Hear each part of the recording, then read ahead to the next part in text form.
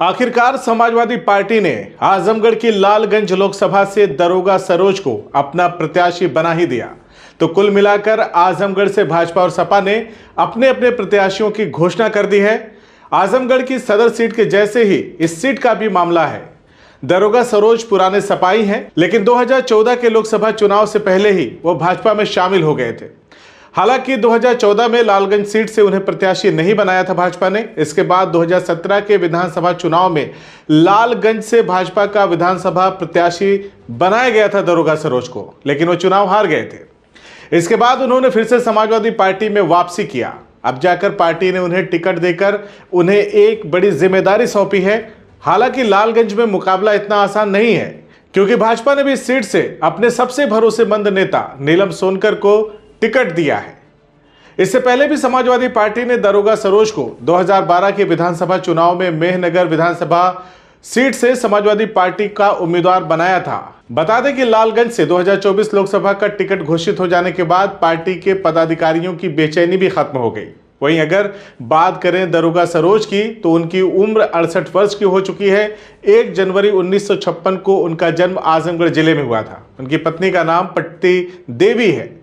वर्ष 1996 में पहली बार सपा ने दरोगा सरोज को बसपा के मुकाबले चुनावी मैदान में उतारा था, जिसमें हार का सामना करना पड़ा था। लेकिन 1998 में दरोगा सरोज ने यहां से जीत दर्ज की। इस दौरान यह सीट सपा के खाते में गई। 1999 में हुए मध्यावधि चुनाव में समाजवादी पार्टी ने अपनी सीट को बरकरार रखने के लिए तीसरी बार दरोगा सरोज को मैदान में उतारा, लेकिन इस बार दरोगा सरोज को बसपा प्रत्याशी से हार का सामना करना पड़ा था। साल 2004 में सपा के दरोगा सरोज बसपा को हराकर दूसरी बार सांसद चुने गए थे।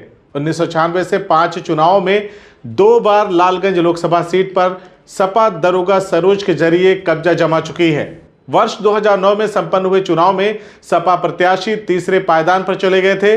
इस दौरान बसपा के डॉक्टर बलिराम सांसद चुने गए थे। वर्ष 2009 में डॉक्टर बलिराम निर्वाचित हुए थे, जबकि भाजपा प्रत्याशी नीलम सोनकर दूसरे स्थान पर थी। जबकि सपा के दरोगा सरोज को 1,47,182 वोट मिले थे।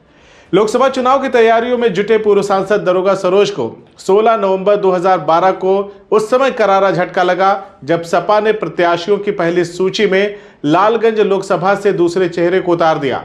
इसके बाद उन्होंने मोदी लहर में भाजपा का दामन थाम लिया। कुछ समय बीतने के बाद ही उन्हें भाजपा में घुटन महसूस होने लगी थी, तो पुराने घर वापसी का सपना संजो लिया।